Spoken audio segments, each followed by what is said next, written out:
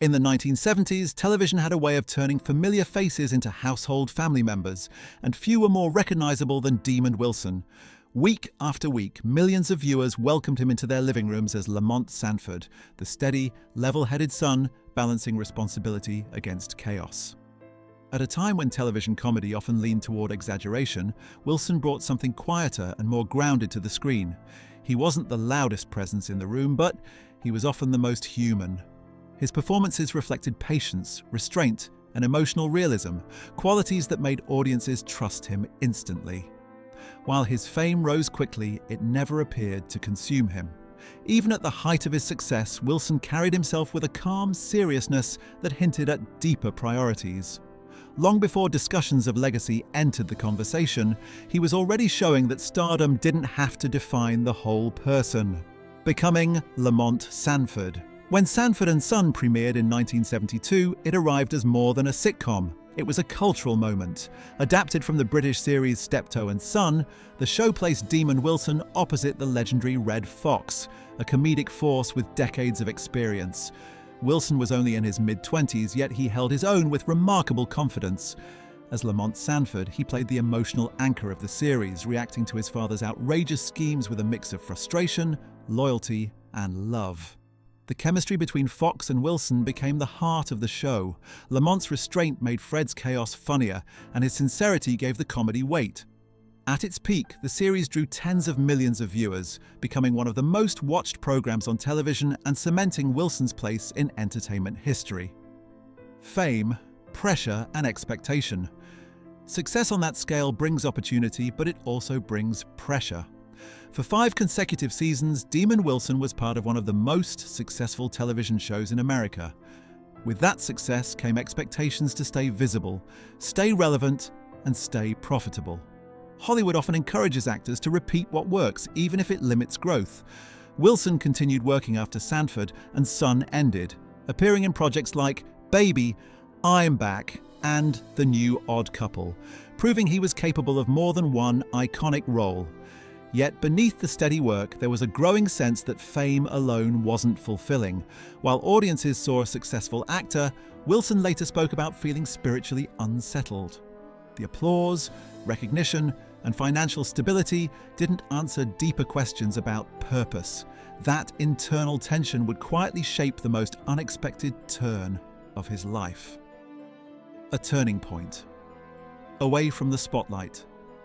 Unlike many stories of fading fame, Demon Wilson's decision to step away from Hollywood was intentional, not forced.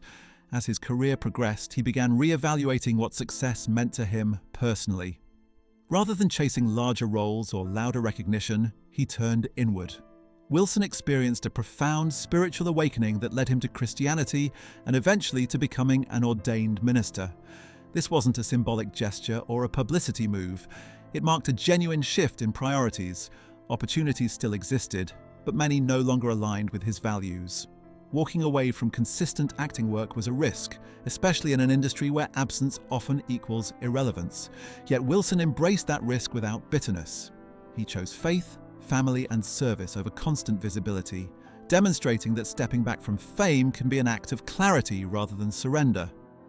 Life beyond acting. After leaving the regular grind of Hollywood, Wilson dedicated himself to ministry, teaching, and writing. He became a pastor and spent years speaking about faith, morality, and the dangers he believed came with unchecked celebrity culture. His books reflected his concern for spiritual well-being and his belief that fame can quietly distort priorities if left unexamined. This chapter of his life rarely made headlines, but it brought him personal fulfillment. He wasn't interested in reinventing himself for public approval. Instead, he focused on helping others navigate meaning, discipline, and belief. While many former stars struggle with losing attention, Wilson seemed comfortable outside the spotlight. His sense of identity no longer depended on audience size. This period showed that success doesn't always look like constant visibility. Sometimes it looks like choosing peace over applause. Returning on his own terms. Years later, Wilson made occasional returns to acting, but always selectively. These appearances weren't attempts to reclaim fame, but opportunities that aligned with his values or artistic interests. When he did return to the screen, audiences were reminded of his natural presence and emotional steadiness. There was no desperation, no need to prove relevance. Instead, his performances carried the calm confidence of someone who knew exactly who he was. By this stage, Wilson had already lived several full lives: actor, minister, author, husband, and father. Acting became one thread in a much larger tapestry rather than the center of it. His later roles felt reflective rather than ambitious, as though he was closing a circle rather than reopening one.